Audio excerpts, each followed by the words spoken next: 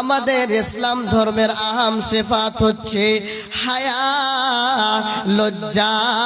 অতএব আমরা যখন ইসলাম ধর্মে আল্লাহ রাব্বুল আলামিন আমাকে আপনাকে সৃষ্টি করেছেন, নবীজি বলে দিলেন পৃথিবীর মধ্যে যত ধর্ম রয়েছে সমস্ত ধর্মের একটা করে গুণ রয়েছে, সিফাত রয়েছে। ওয়া খুলুকুল ইসলামিল হায়া, আর আমাদের ধর্ম ইসলাম ধর্মের একটা আহাম সিফাত হলো, আহাম গুণ হলো লজ্জা। এই যে হায়া, এই যে লজ্জা আল্লাহ রাব্বুল আলামিনের নবী বলে দিলেন। অতি পৃথিবীর মধ্যে ছোট থেকে নিয়ে বড় পর্যন্ত সকল বাচ্চা হায়া লজ্জা পায়। যেমন উদাহরণ জেনে নেন, মাদ্রাসার সামনে যদি একটা ছোট্ট বাচ্চাকে উলঙ্গ করে গোসল করা হয়, সেই বাচ্চাটা লজ্জা পাবে। তার বাবাকে স্বয়ং বলবে, আব্বা আমার কাপড়টা খোলো না, আমার বড় লজ্জা পায়, আমার বড় হায়া হয়। অতএব আল্লাহ রাব্বুল আলামিন সমস্ত বান্দা বান্দীদের এই আহাম সিফাত, আহাম গুণ হায়া, লজ্জাটা আল্লাহ রাব্বুল আলামিন আমার আপনার অন্তরে রেখেছেন। যদি আপনার অন্তরে, আপনার ভিতরে হায়া নামক, লজ্জা নামক বিষয় না থাকে, তাহলে নবীজি বলেছেন ওই মানুষের দ্বারাই যা স্বভাব সা করে ফেলবে।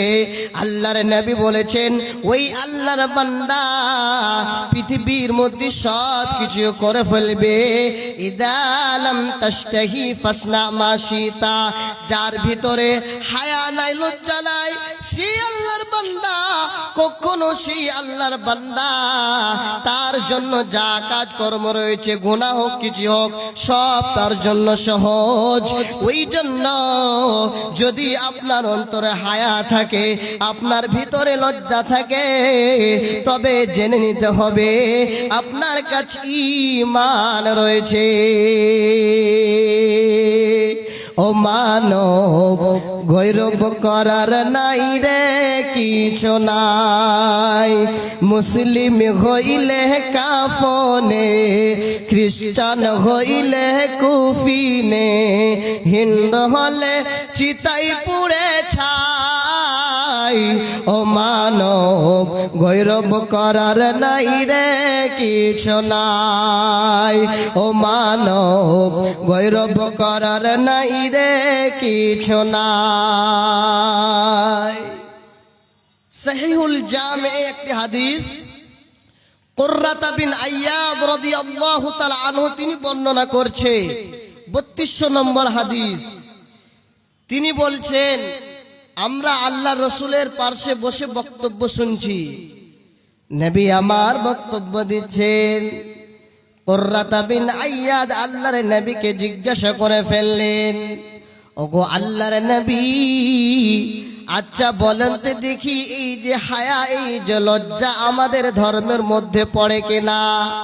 আল্লাহর নবীকে প্রশ্ন করলেন, ওগো আল্লাহর নবী, এই যে লজ্জা, এই যে হায়া আমাদের ইসলাম ধর্মের মধ্যে শামিল আছে কিনা? আল্লাহর নবী বললেন, ওরে সাহাবীরা শুনে নাও, ওরে আমার সাহাবী শোনো শোনো, বাল হুয়া দীনুন কুল্লুহু, অবশ্যই অবশ্যই এই যে হায়া, এই যে লজ্জা আমাদের দ্বীনের মধ্যে সেটা শামিল রয়েছে, আমাদের দ্বীনের মধ্যে সেটা পড়ে যায়। অতি পৃথিবীর মধ্যে যেমন আপনি ইসলাম ধর্মকে আপনি মেনে আছেন, অতএব আপনাকে হায়া করতে হবে, লজ্জা করতে হবে। কিন্তু আজকে আমাদের সমাজে নারী পুরুষ এমন বেহায়া হয়ে গিয়েছে, এমন ভাবে বাড়িতে চলাফেরা করে, দোকান বাজারে চলাফেরা করে, একটাই কারণ তার ভিতরে হায়া নাই, তার কাছে লজ্জা নাই। বাপের সাথে কিভাবে কথা বলতে হবে সে তার লজ্জা নাই, তার কারণে বাপকে কটু কথা বলে দেয়। মার সাথে কিভাবে চলতে হবে জানে না, বাবার সাথে কিভাবে চলতে হবে, একটাই কারণ লজ্জা না থাকার কারণে, হায়া থাকার কারণে আজকে আমাদের সমাজে এইরকম বেয়াদবি হচ্ছে। হায়া লজ্জা, আমাদের অন্তর থেকে যদি হায়া লজ্জা উঠে যায় তাহলে আমার আপনার কাছে কখনো ঈমান টিকে থাকতে পারে না। ভাইজান, একটা সহি হাদিস হযরতে ইবনে উমর তিনি বর্ণনা করছেন, হাদিস নাম্বার 16। তিনি বললেন, আল্লাহর নবী একটা আনসারীর পাশ দিয়ে হেঁটে যাচ্ছেন। হযরতে উমর আর সেই আনসারী তারা এই রকমের লজ্জার বিষয়ে তারা আলোচনা করছে। হযরতে উমর সেই আনসারীকে বলছে, ওরে আল্লাহর বান্দা, আল্লাহ রাব্বুল আলামিন এত তোমার হায়া দিয়েছে, এত তোমার লজ্জা দিয়েছে। এই হায়ার কারণে, এই লজ্জার কারণে মানুষের সাথে দুটা কথা বলবি তাও বলতে পারো না, মানুষের সাথে তুমি ভালোভাবে কথা বলতে পারো না। যখনই বলা, আল্লাহর নবী হযরতে উমরকে বলছেন, ওরে উমর, দাউ ফাইনাল হায়া মিনাল ঈমান, তাকে ছেড়ে দাও, তাকে ছেড়ে দাও, আর কিছু বলো না রে ভাই। এই উমর থেকে আর কিছু বলতে যেও না, তার কাছে ঈমান, তার কাছে হায়া রয়েছে, তার লজ্জা রয়েছে, মানে তার কাছে ঈমান বাকি রয়েছে। কত ভাইচাল কথা নবীজি বলে দিলেন। এই জায়গাতে আল্লাহর নবী বললেন, উমর, তাকে ছেড়ে দাও, আর তাকে কিছু বলতে হবে না। সেই কথা বলতে গেলে লজ্জা করে, কথা বলতে গেলে হায়া করে। তার হায়া রয়েছে, লজ্জা রয়েছে, তার কারণে তার অন্তরে ঈমান রয়েছে। কেন? হায়া লজ্জা এটা ঈমানের সাথে জড়িত রয়েছে। যার ভিতরে হায়া নামক বস্তুটি পাওয়া যাবে, যার কাছে হায়া নামক শব্দটি পাওয়া যাবে, আল্লাহর নবী বলে দিলেন তার কাছে ঈমান পাওয়া যাবে। ভাইজান, হায়া লজ্জা যদি আমার অন্তরে আপনার কাছে থাকে তাহলে জেনে নেন আমার কাছে আপনার কাছে ঈমান রয়েছে।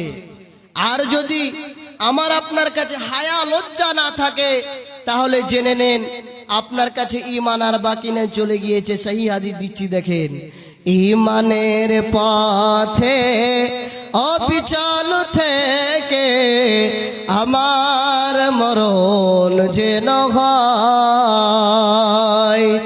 ঈমানের পথে অবিচল থেকে আমার মরণ যেন হয়। বেহাই হয়ে আর যেন বাঁচা নাই।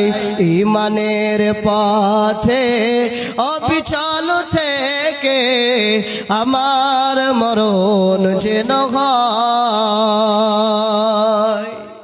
এই যে হায়া লজ্জা, আল্লাহ রাব্বুল আলামিন আমাদের আপনার ভিতরে হায়া লজ্জা যদি থাকে তাহলে জেনে নেন তার অন্তরে, তার ভিতরে ঈমান রয়েছে। সহি তারগীব ও তারহিব একটি হাদিস ধরেছে, সেই হাদিসটিকে নাসিরউদ্দিন আলবানী তিনি সহি বলেছেন। হাদিস নাম্বার 3597 হাদিস। এই হাদিসটি দেখেন যে যার মধ্যে ঈমান রয়েছে তার কাছে লজ্জা রয়েছে। যদি ঈমান না থাকে তো লজ্জা থাকবে না, আর যদি লজ্জা না থাকে তাহলে ঈমান থাকবে না। দুই জিনিসই পাশাপাশি থাকে, তাহলে আপনাকে আমাকে এই হায়া নামক, লজ্জা নামক আমাকে বিষয়টি আমাকে আপনাকে রাখতে হবে। যদি আমার অন্তরে, আপনার অন্তরে হায়া না থাকে, লজ্জা না থাকে, তাহলে আপনার কাছে ঈমান টিকে থাকতে পারে না। যেমন মুশরিক কাফিরদের তাদের লজ্জা ছিল, তারাও লজ্জা পেত, কিন্তু তাদের অন্তরে হায়া ছিল না, তাদের অন্তরে ঈমান ছিল না, তার কারণে তারা সাকসেস জিন্দেগিতে কামিয়াব হতে পারেনি। দেখেন, তারগীব ও তারহিব হাদিসটি ধরেছে, সেই হাদিসটিকে নাসিরউদ্দিন আলবানী তিনি সহি বলেছেন। আল্লাহর নবী তিনি এই রকমের কথাই বলছেন। আল্লাহর নবী বলেন, আল হায়াউ ওয়াল ঈমানু কুরিনা জামিআ ফাইদা রুফিআ আহাদুহুমা ওয়া রুফিআল আখার। আল্লাহর নবীজি বলেন হায়া আর ঈমান দুই জিনিস পাশে পাশে রয়েছে, তারা দুটা এক জড়িত রয়েছে। আল্লাহর নবীজি বলেছেন যার কাছে হায়া থাকবে তার কাছে এই রকমের ঈমান থাকবে। আল্লাহর নবী বলেন ফাইদা রুফিয়া আহাদুহুমা, এই দুটার মধ্যে যদি একটা আপনার কাছ থেকে চলে যায় তবে জেনে নেন দুইটা রুফিয়াল আখারো, দ্বিতীয় নম্বর যেটা সেটাও আপনার কাছ থেকে চলে যাবে। যদি আপনার কাছে হায়া থাকে তাহলে লজ্জা থাকবে, ঈমান থাকবে। যদি আপনার কাছে লজ্জা হায়া থাকে তাহলে ঈমান আপনার কাছে থাকবে। আর যদি ঈমান চলে যায় তবে হায়া চলে যাবে, লজ্জা চলে যাবে। আর যদি লজ্জা চলে যায় তাহলে ঈমান আপনার কাছে আর বাকি থাকবে না। অতএব দুইটাই পাশে পাশাপাশি রয়েছে। নবীজি বলেছেন শুনে নাও, এই দুইটা জিনিস যদি তোমার কাছে লজ্জা থেকে যায় তাহলে ঈমান বাকি রয়েছে। আর যদি ঈমান না থাকে তাহলে লজ্জা কখনো আপনার কাছে থাকতে পারে না। রঙিন পৃথিবী ছাড়িতে হইবে, সাধেরি দেহ মাটিতে খাইবে, স্বর্ণ হবে জিন্দেগানি। কার লাগিয়া এত মায়া এত চোখের পানি, রঙে নয় পৃথিবী ছাড়িতে হইবে, সাধেরি দেহ মাটিতে খাইবে, স্বর্ণ হবে জিন্দেগানি। কার লাগিয়া এত মায়া এত চোখের পানি। ভাইজান আর আজানের মাত্র 12 মিনিট সময় রয়েছে, আর 5 মিনিট পর আমি শেষ করে দেব। আর একটা হাদিস, এই যে দেখেন এই যে লজ্জা হায়া, আল্লাহ রাব্বুল আলামিন আমাদেরকে, যদি হায়া আমাদের থাকে তাহলে আমার আপনার কাছে ঈমান থাকবে। আল্লাহর নবী বলেছেন এই যে ঈমান, ঈমানের শাখা প্রশাখা 70 কিংবা তার 60 কিংবা 70-এর অধিক তার ঈমানের শাখা প্রশাখা রয়েছে। সব থেকে অধিক, সব থেকে উচ্চ মানের ঈমান যেটা কি, নবী আমার বলেন ফাকালা আফজালুহু কাউলু লা ইলাহা ইল্লাল্লাহ। সব থেকে উঁচু মানের ঈমান শাখা প্রশাখার নাম হচ্ছে জুবান দিয়ে লা ইলাহা ইল্লাল্লাহ পড়া। এবার আল্লাহর নবী বলেন সব থেকে নিম্নমানের যেটা ঈমানের শাখা প্রশাখা হচ্ছে সেটা হচ্ছে রাস্তা থেকে কষ্ট দিয়ে জিনিসকে হটিয়ে দেওয়া, সরিয়ে দেওয়া। এবার আল্লাহর নবী তারপরে বললেন ওয়াল হায়াউ শুবাতুম মিনাল ঈমান, এই যে হায়া, এই যে লজ্জা, এটা ঈমানের একটা শাখা প্রশাখার মধ্যে পড়ে। অতএব বন্ধুরে, ঈমান আর হায়া, ঈমান আর লজ্জা দুটাই হচ্ছে এক অপরের সাথে জড়িত। অতএব আল্লাহর নবী বলেছেন যদি তোমার অন্তরে হায়া থেকে যায়, যদি লজ্জা থাকে তাহলে তোমার কাছে ঈমান থাকবে। আর যদি তোমার কাছে লজ্জা না থাকে তাহলে তোমার কাছে ঈমান থাকবে না। ওই রূপ যদি আমার আপনার কাছে ঈমান থেকে যায় তাহলে লজ্জা থাকবে, আর যদি ঈমান না থাকে তাহলে লজ্জা থাকবে না। আল্লাহর নবী বললেন ঈমানের শাখা প্রশাখার মধ্যে সব থেকে একটা হচ্ছে সেই ওয়াল হায়াউ শুবাতুম মিনাল ঈমান, এই যে লজ্জা, এই যে হায়া, এটা ঈমানের শাখা প্রশাখার মধ্যে পড়ে। আমার প্রাণ পাখি রে, আমার মন ময়না রে, একদিন তো যাইবার পাখি আমায় ছাড়িয়া, ছেলে মেয়ে পাশে বসে কান্দিবে পাগলের ভেসে, চোখের জলে পড়বে কোরআন খুলিয়া। আমার প্রাণ পাখি রে, আমার মন ময়না রে, একদিন তো যাইবার পাখি আমায় ছাড়িয়া। এই যে হায়া লজ্জা আল্লাহ রাব্বুল আলামিন দুই প্রকারে রেখেছেন। একটি হচ্ছে ফিতরি হায়া, দ্বিতীয় নম্বর হচ্ছে ঈমানি লজ্জা। ফিতরি হায়া কাকে বলা হয়? আল্লাহ রাব্বুল আলামিন সূরা আহজাবের মধ্যে আল্লাহ রাব্বুল আলামিন হযরতে আদম এবং হাওয়ার কথা ধরেছে, জান্নাতের কথা। হযরতে আদম, হযরতে হাওয়া আলাইহিস সালাতু ওয়াস সালাম, আল্লাহ রাব্বুল আলামিন আদমকে সৃষ্টি করে জান্নাতে রেখে দিলেন এবং হাওয়াকে সৃষ্টি করে জান্নাতে দিলেন।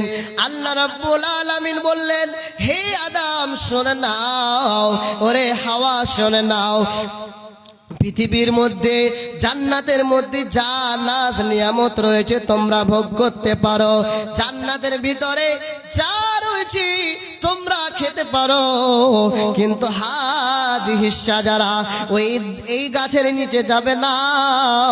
ওই গাছের ফল যদি খেয়ে নাও তাহলে আমি আল্লাহ তোমাদেরকে জান্নাত থেকে এই রকমের বের করে দিব। ঠিক আবার তা আল্লাহ রাব্বুল আলামিন অর্ডার দিয়ে দিলেন। এবার হযরতে আদম শয়তানের ওয়াসওয়াসা পেয়ে হাওয়া আর আদম ওই গাছের কাছে যে ফল খেয়ে নিলেন। যখনই খাওয়া আল্লাহ রাব্বুল আলামিনের অর্ডারে, আল্লাহ রাব্বুল আলামিনের আদেশে তাদের পোশাক, তাদের গায়ে থেকে জান্নাতি পোশাক খুলে যায়।